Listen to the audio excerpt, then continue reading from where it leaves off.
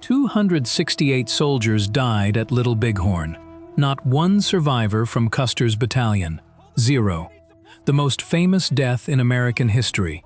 Nobody actually saw it happen. Every painting of the last stand was imagined.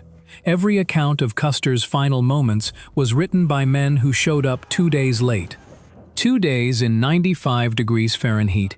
Bodies so swollen and blackened that soldiers vomited before they could start identifying anyone. And from that mess of rotting flesh and guesswork, America built a legend it has never questioned. For 148 years, the story has been simple. Custer died on Last Stand Hill with his men.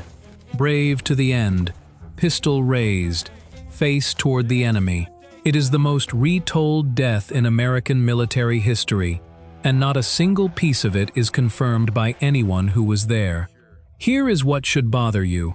What if the body on Last Stand Hill was not George Armstrong Custer? What if it was his striker, a man the same height, same build, wearing Custer's clothes? What if the Lakota warriors who kept saying long hair was not there were telling the truth the whole time? Here is what should bother you more.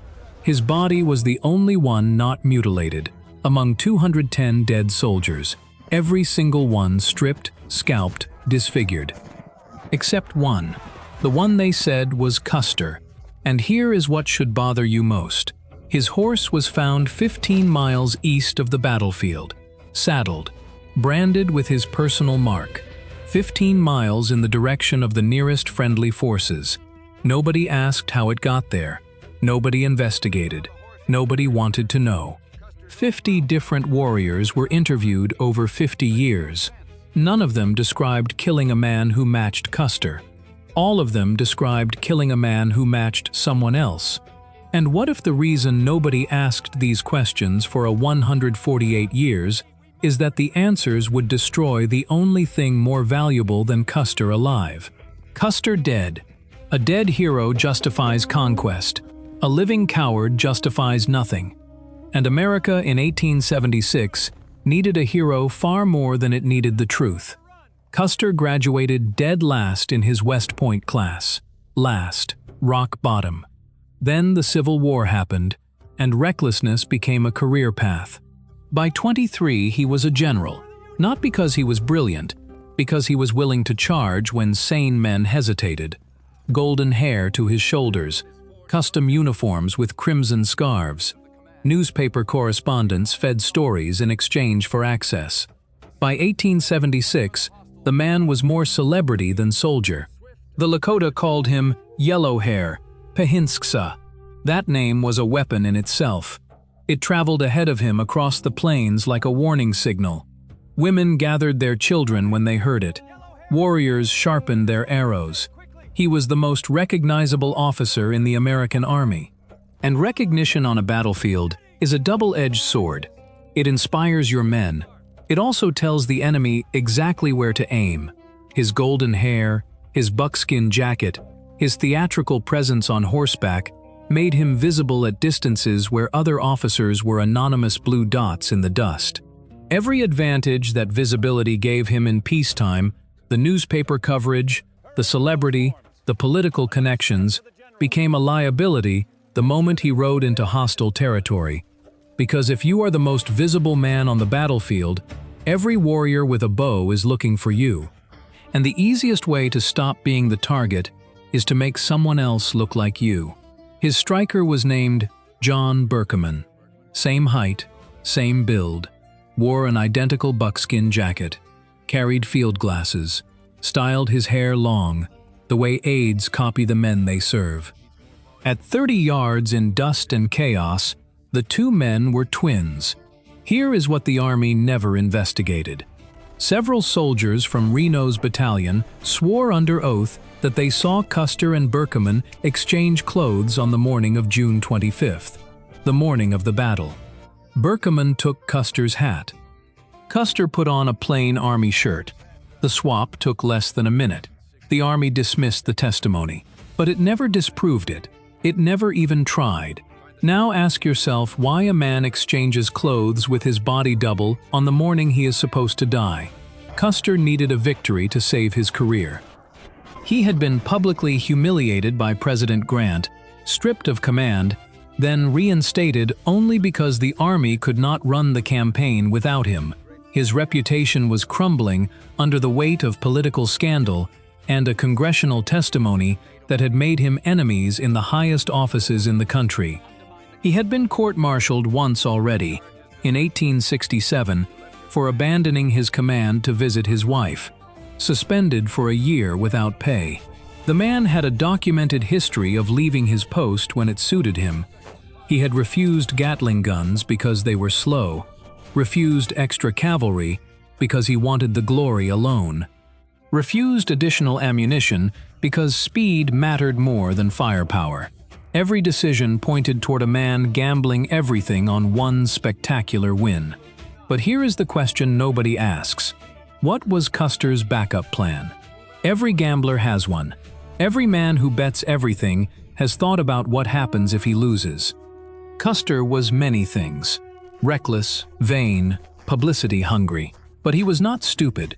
He had survived 4 years of civil war by knowing when a charge would work and when it would not. He had an instinct for self-preservation that his reputation for bravery carefully disguised. What if the gamble was not victory? What if the gamble was escape? The last white man to see Custer alive was an Italian trumpeter named Giovanni Martini. Custer handed him a note for Captain Benteen. "Come on, big village, be quick, bring packs." Martini rode south with the message. Everyone who stayed with Custer died. Here is where the official story starts to crack. Martini's testimony changed 3 times. First version: Custer was attacking. Soldiers were cheering. Victory seemed imminent. Second version: years later. No cheering. Custer was just riding north. Quiet. Third version: decades later. Martini admitted the truth. He never looked back. He saw nothing after he left because he did not turn around. The last confirmed sighting of George Armstrong Custer alive came from a man who did not watch. Let that settle. The only other potential witness was a Crow scout named Curley who escaped around 3:30. His story changed 3 times too. First interview, given to an officer days after the battle. Custer died early, shot from his horse near the river. Body fell into the water. Second interview, months later to a different officer. Custer survived until the final moments, made a heroic stand on the hilltop, died with pistol raised. Third interview, years later when the pressure of public attention had faded. Curley admitted the truth. He ran before the serious fighting started. He saw nothing of the battle's conclusion. He had no idea how Custer died because he was already miles away when the killing reached its peak. 3 interviews, 3 completely different versions of the same afternoon. One man told 3 stories because one truth was not enough for the people asking. The army picked whichever version fit the narrative it was constructing and discarded the rest. Custer divided his regiment into 3 groups that morning: Reno South with a 140 men, Benteen Southwest with a 125, Custer himself north with 210, into the teeth of 2,000 warriors. The plan required 3 things: coordination between units that could not see each other, speed against an enemy already mobilizing, and a small disorganized opponent who would flee rather than fight. None of these conditions existed. Reno's charge collapsed in 20 minutes. His men hit the southern end of the village, and the village hit back with a fury that shattered every assumption the army held. Gal, the Hunkpapa war chief whose own wives and children were killed in the opening volley, organized a counterattack so savage that Reno's skirmish line buckled, broke, and dissolved into a panicked scramble across the river. A third of his command dead or wounded before they reached the bluffs. While Reno was dying in the valley, Custer's column was riding north, deeper into enemy territory, further from any help, moving in the exact opposite direction from safety with 210 men against a force that outnumbered them 10 to 1. Or was he? After Martini left, After Curley fled, no American ever confirmed seeing Custer with his battalion again. Everything after 3:30 on June 25, 1876, is assumption, reconstruction, and 148 years of mythology built on the testimony of dead men who cannot argue. At Medicine Tail Coulee, a ravine leading down to the Little Bighorn River, a Lakota warrior named White Cow Bull described killing a buckskin soldier. The description was specific. Dark hair. Custer's was golden. Full beard. Custer shaved that morning. Fought with a saber. Custer left his saber with the pack train. Carried a Springfield carbine. Custer carried custom Remington sporting rifles that no enlisted man would own. Every single detail pointed away from Custer. Every single detail pointed toward John Berkeman. Multiple warriors reported the same thing from different angles. They were hunting Longhair, the most recognizable officer in the American Army. Golden curls, buckskin, field glasses, custom rifles. Impossible to miss. But Longhair had vanished. Warrior after warrior described killing soldiers in buckskin. None matched the man they were looking for. The descriptions they gave were consistent with each other. Dark hair, beard, standard issue weapons, consistent with Berkman, inconsistent with Custer, and here is the detail that makes the hair stand up on the back of your neck. Several warriors who fought at Medicine Tail Coulee said they specifically checked the dead buckskin soldier's hair, looking for the golden color that would identify yellow hair. The hair was dark. They moved on. They kept looking for the man they had come to kill, and they never found him. Not at the river, not on the ridge, not among the scattered dead across 3 miles of Montana hillside. The most famous man on the battlefield had become invisible. Here is the detail that conspiracy theorists have seized on for decades. Custer's horse Vic, a sorrel with 4 white stockings, was found 3 days after the battle near Rosebud Creek, 15 miles from the battlefield, 15 miles east, exactly the direction a man fleeing toward Terry's approaching column would ride. The horse still wore Custer's saddle, still bore his brand. Horses do not wander 15 miles from a battlefield on their own. They stay near fallen riders. They stay near other horses. A saddled horse found 15 miles away in the direction of the nearest friendly forces is not a mystery. It is a clue. The Army never investigated it, never asked how a saddled horse traveled 15 miles east from a battlefield where its rider supposedly died on a hilltop, never tracked the route, never questioned the obvious, because asking that question meant considering an answer that would have rewritten American history. A living Custer, fleeing east on Vic while his men died behind him, was the one story America could never tell. Then there was Private Peter Thompson, separated from the battalion, exhausted horse, hiding in a ravine east of the battle around 4 in the afternoon when the killing on the ridge was at its peak. He watched a lone rider in buckskin racing eastward, full gallop, not toward reinforcements, not carrying a message, running east, as if the thing behind him was worse than anything ahead. The rider's face was hidden. His posture was hunched, deliberately making himself small, the way a man rides when he does not want to be recognized. Thompson assumed it was a messenger, but no message from Custer ever arrived from that direction. No messenger was ever identified. No one in the entire Army was ever asked to account for a lone rider seen fleeing east from the most famous battle in American history. The rider vanished into the Montana landscape, just like Custer. Whether Custer was on that ridge or not, 210 men died there in approximately 45 minutes. The speed of the collapse is the part that does not add up. In 1983, a prairie fire burned the grass off the battlefield. For the first time since 1876, the ground was bare. 2 years later, a team of archaeologists arrived with metal detectors and the patience to map every bullet, every casing, every fragment of metal across every inch of the ridge where 210 men supposedly made their heroic last stand. What they found in 18 months of fieldwork destroyed a century of mythology in a way that no conspiracy theory ever could. Because this was not speculation, this was science. Brass casings do not lie. Lead bullets do not exaggerate. The dirt does not have a political agenda, and the dirt said the last stand never happened.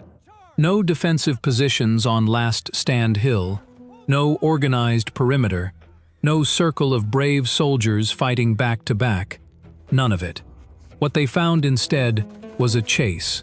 Cartridge casings mapped across the hillside told the story. Small clusters of brass, where 3 or 4 soldiers stopped, fired a few rounds, then moved, not toward the enemy, away. The trail of casings led downhill, toward escape routes that did not exist. Warrior cartridge patterns showed the opposite: forward, steady, methodical, closing distance with the discipline of hunters who knew their prey could not run far enough. This was not a last stand. This was a military unit coming apart at the seams. Companies scattered across 3 miles of ridge, too far to support each other, too far to hear orders, too far to have been under any kind of unified command. Some soldiers were found with unfired cartridges still in their hands. Fingers locked around brass casings they never loaded. They died without shooting. Not because they were cowards. These were men who had served on the frontier for years. Men who had fought Cheyenne and Sioux in skirmishes, where courage was the minimum requirement for survival. They did not die frozen by fear. They died frozen by confusion. The confusion of men who had been trained their entire military lives to wait for orders before firing, and whose commander was not there to give those orders. An army without a general is a crowd with weapons. That is what the 7th Cavalry became on that ridge. A crowd. Here is where the evidence gets uncomfortable. If Custer was commanding 210 men in a fighting retreat, there would be a command position, a central point. Officer equipment concentrated in one area, spent casings from his custom Remingtons marking where he stood and directed. There was nothing. No Remington casings, no concentration of officer gear, no evidence of a central command presence anywhere on that ridge. The Springfields jammed. Copper cartridge casings expanded in overheated barrels and stuck. Soldiers were found with knives broken from trying to pry stuck rounds free. Their weapons failed them, their commander was gone, and the 210 men of the 7th Cavalry died in the gap between those two facts. Some soldiers tried to reach the river. Found in ravines, shot in the back, they died running toward water they never reached. Others clustered on the hilltop in groups of 3 and 4, not fighting formations, survival groups, men grabbing the nearest warm body and holding on while the world ended around them.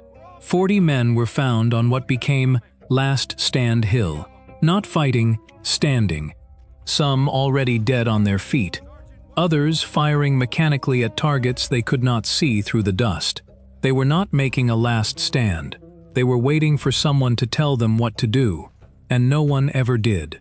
2 days later, Terry's men reached the ridge.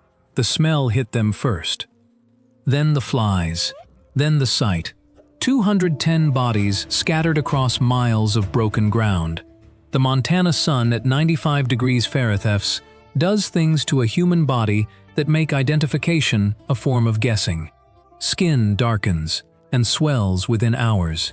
Features distort until a man's own mother would not know him. After 48 hours, bodies had bloated to twice their size. Clothing had split along the seams. Faces were masks of decomposition that told you nothing except that someone had died here.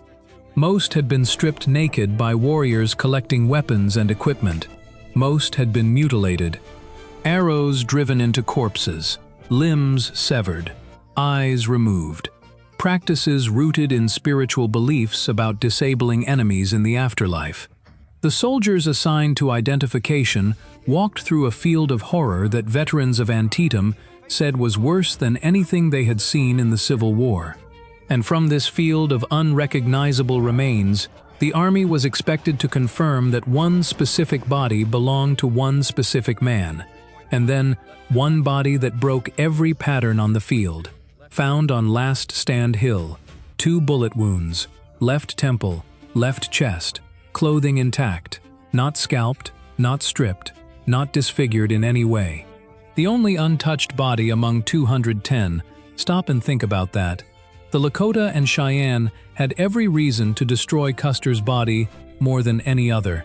This was the man who massacred women and children at the Washita, the man who slaughtered 800 ponies, the man they hated most in the entire American army.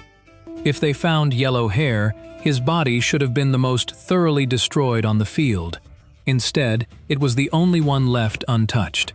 The official explanation is respect for a brave enemy. That explanation does not survive contact with reality. These warriors did not respect Custer. They despised him. The simpler answer is that the warriors did not recognize the body as anyone important. They left it untouched because to them, it was just another dead soldier. Not yellow hair, not the man they were looking for, just a body in buckskin that meant nothing. The identification was made by Tom Custer, George's brother, a 2-time Medal of Honor winner. But here is the problem with that identification. Tom was dead too, found nearby with wounds so catastrophic he was himself identified only by a tattoo on his arm. His face was gone. His body had been among the most thoroughly mutilated on the field. Tom Custer did not identify his brother. Tom Custer was a corpse. The identification attributed to him was reported secondhand by officers who arrived 48 hours after the battle. Officers who were examining a field of decomposed, disfigured, swollen bodies under orders to find specific men and confirm specific deaths. Officers who knew exactly what Washington needed to hear and understood what would happen to their careers if they failed to provide it. The identification of George Armstrong Custer was not forensic evidence. It was not eyewitness testimony. It was an act of institutional faith performed by exhausted men under impossible pressure to deliver the one answer their nation demanded. Yes, that is him. That is our hero. Now someone please tell the newspapers. The native accounts should have ended this debate a century ago. Warrior after warrior, interviewed independently, different decades, different historians, different translators. Same answer. Long hair was not there. Red Horse, a Miniconjou chief, fought on the ridge, did not see the famous golden-haired officer among the soldiers. 2 Moons, a Cheyenne leader. Close-range fighting during the final phase. Insisted Longhair died early near the river, not on the hilltop where the body was found. The timeline does not work. If Custer died at Medicine Tail Coulee at 3:45, his body could not be on Last Stand Hill at 5. Someone else's body was. White Cow Bull. Killed a buckskin soldier at the river crossing. Every physical detail matches Berkman. None match Custer. Wooden leg, Cheyenne. Walked the battlefield after the fighting ended. Searched Last Stand Hill specifically looking for long hair. Finding yellow hair would have been the greatest honor any warrior could claim. He searched. He could not find him. That single fact should have rewritten history. A warrior whose greatest possible honor would be finding yellow hair's body walked the field specifically searching for him and could not find him on a hill where the army later claimed his body was clearly identifiable. Think about that contradiction. Either Wooden Leg was lying about searching, which serves no purpose since finding Custer would have made him legendary, or the body the army identified as Custer did not look like the man the warriors knew as Yellow Hair. The army dismissed every one of these accounts, called them unreliable, the confused memories of illiterate savages who could not tell one white soldier from another. But the warriors could tell. They had been fighting white soldiers for years. They knew the difference between officers and enlisted men. They knew what buckskin meant. They knew what golden hair looked like because they had been warned about it since the Washita. These were not confused people. These were specific, detailed witnesses who were ignored because their testimony did not match the story America had already printed in every newspaper from New York to San Francisco. Here is what that dismissal requires you to believe. Dozens of warriors, interviewed independently, over 50 years, different locations, different historians, different translators, all arriving at the same wrong conclusion. A conclusion that diminished their own victory by suggesting they had not killed the most famous officer in the army. If they wanted glory, they would claim they killed Custer. Many individual warriors did, but the men whose testimony carried weight said the opposite. He was not there. We looked. We could not find him. These accounts sat in archives nobody opened for a century, not because they were unreliable, because they were inconvenient. The 1985 dig did not prove Custer escaped, but it proved something just as devastating. It proved the story America told about his death was a fabrication. No heroic circle, no organized resistance, no golden-haired general standing tall with pistol raised. Men died running, men died scattered, men died without firing their weapons. The last stand was invented, not by soldiers, by a nation that needed the lie more than it needed the truth. America in 1876 was 100 years old. Its centennial demanded heroes. Its western expansion demanded moral permission. A commander who died gloriously on a ridge, surrounded by savage enemies, fighting to the last bullet. That story justified everything the government intended to do next. The forced marches to reservations, the destruction of the buffalo herds that fed an entire civilization, the seizure of the Black Hills despite a treaty that said the land belonged to the Lakota forever, the boarding schools where native children were stripped of their names and beaten for speaking their own languages, and told that the people who raised them were savages who had murdered a golden-haired hero on a Montana ridge. Every one of these acts of cultural destruction required moral permission.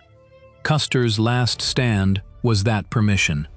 A living Custer would have destroyed all of it. A commander who abandoned his men, who switched clothes with his striker, who rode east while 210 soldiers died, waiting for orders that never came. That man is not a hero. That man is a court-martial. That man is the end of Manifest Destiny's moral argument. Elizabeth Bacon Custer understood the stakes better than any historian who has ever written about this battle. Widowed at 34, she had one asset left, her husband's reputation, and she defended it like a fortress for 57 years. Books, lectures, lawsuits. She sued anyone who suggested cowardice. She outlived every officer who served at the Little Bighorn, every single one.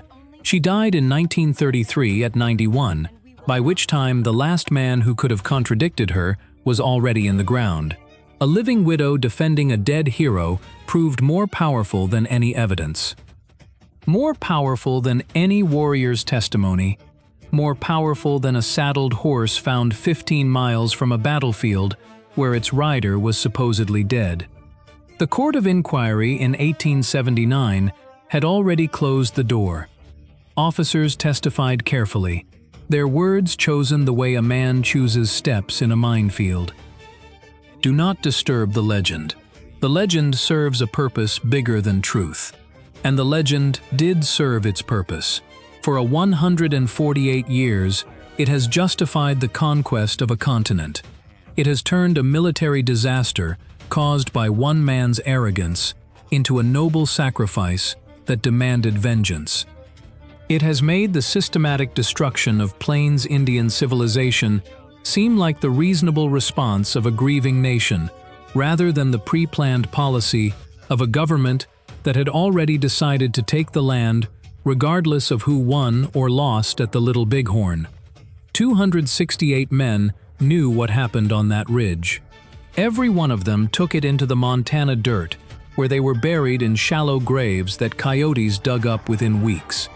Whether the man on Last Stand Hill was George Armstrong Custer, or his striker John Berkeman in borrowed buckskin and a dead man's hat, the result was identical. The 7th Cavalry was destroyed in less than an hour. The Plains tribes lost their freedom within 2 years. American expansion continued on schedule. The mythology did its job. It turned a disaster into a crusade. It turned a dead commander into a martyr. It turned the conquest of a continent into an act of righteous vengeance for a death that may never have happened. 108 years later, we are still debating whether one body on one hill belonged to one man. Instead of asking the only question that matters, not whether Custer died on that ridge, but why America needed him to. A dead hero justifies conquest. A living coward justifies nothing. And somewhere in an archive nobody visits, the testimony of warriors who were there still says the same thing it said a century ago. Long Hair was not there. We looked. We could not find him.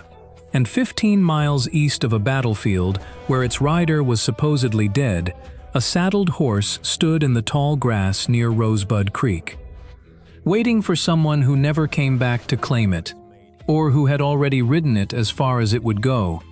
The real last stand was not on that ridge.